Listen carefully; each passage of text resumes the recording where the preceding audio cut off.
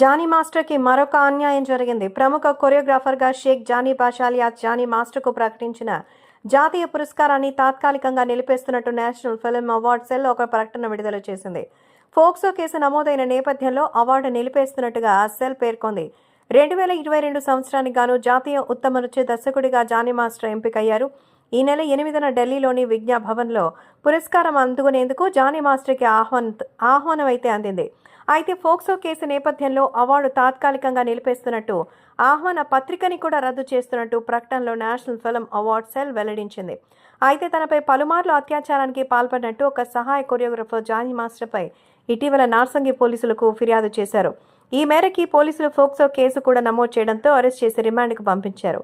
Johnny మాస్టర్పై అభియోగాలున్న నేపథ్యంలో ఆయనకి ప్రకటించిన అవార్డుని తాత్కాలికంగా నిలిపేస్తున్నట్టు, అలాగే ఆహ్వాన పత్రికను కూడా రద్దు చేస్తున్నట్టు సెల్ పేర్కొంది.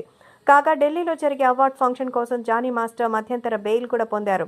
ఇందుకు ఆయనకు న్యాయస్థానం ఈ నెల 6 నుంచి 9 వరకు మధ్యంతర బెయిల్ ఇచ్చింది. మరి ఈ నేపథ్యంలో ఆయనకి అసోసియేషన్ నుంచి అధ్యక్ష బాధ్యతల నుంచి తొలగించారు. అయితే ఇప్పుడు ఏకంగా అవార్డుని కూడా క్యాన్సిల్ చేయించారు. అసలు మనుషులైనా నిజంగా ఒక పాపం చేశారు, తప్పు చేశారు అంటే వాటికి తగినటువంటి ఆధారాలు చూపించి ఆయన అరెస్ట్ చేయాలి. ఇంకా విచారణలోనే ఉంది. మరి అప్పుడు ఆయన ఫోక్సో కేసు ఉందని చెప్పి అవార్డుని ఎలా క్యాన్సిల్ చేస్తారు? ఒక అవార్డు రావడం కోసం వాళ్ళు ఎంత కష్టపడతారు? దానికోసం ఇప్పుడు మధ్యంతర బెయిల్ తీసుకొని బయటకు వస్తున్న నేపథ్యంలో అసలు అవార్డే లేదంటే అసలు ఆయన తప్పే చేశారా లేదా అని కూడా తేలలేదు. అప్పుడే అవార్డు కూడా రద్దు చేస్తారా? ఒక ఫోక్సో ఉన్నటువంటి చట్టం ప్రకారం ఆయనకి బెయిల్ ఎలా వస్తుంది అని చెప్పి క్రాస్ ఎగ్జామిన్ చేసి ఇప్పుడు ఆయనకి అవార్డే లేకుండా చేశారు. ఇక్కడైనా కడుపు మంటలు చల్లారాయా?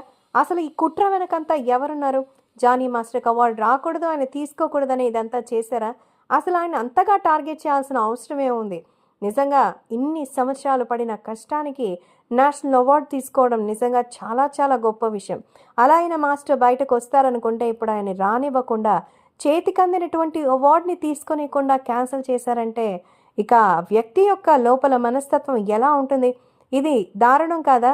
ఇది అన్యాయం కాదా? నిజంగా అసలు ఆ అమ్మాయి మైనరే కానప్పుడు ఆ అమ్మాయి నిజంగానే ఎలాంటి అత్యాచారానికి పాల్పడలేదని ఆడియోలు బయటకు వస్తుంటే ఇప్పుడు ఆయనకి నేషనల్ అవార్డు రాకుండా చేశారు కేవలం పెట్టిన ఒక ఫాల్స్ కేసు వల్ల. ఇది మరి ఆ మాస్టర్కి జరిగినటువంటి అన్యాయం కాదా అంటూ ప్రశ్నిస్తున్నారు. అసలు ఏం జరుగుతోంది?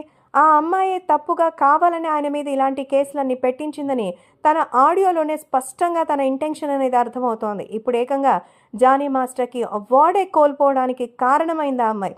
ఇక్కడ నిజమైనటువంటి దోషి ఎవరో ఆలోచించాలి అంటూ మరి ఆయన అభిమానులు ఆవేదన వ్యక్తం చేస్తున్నారు.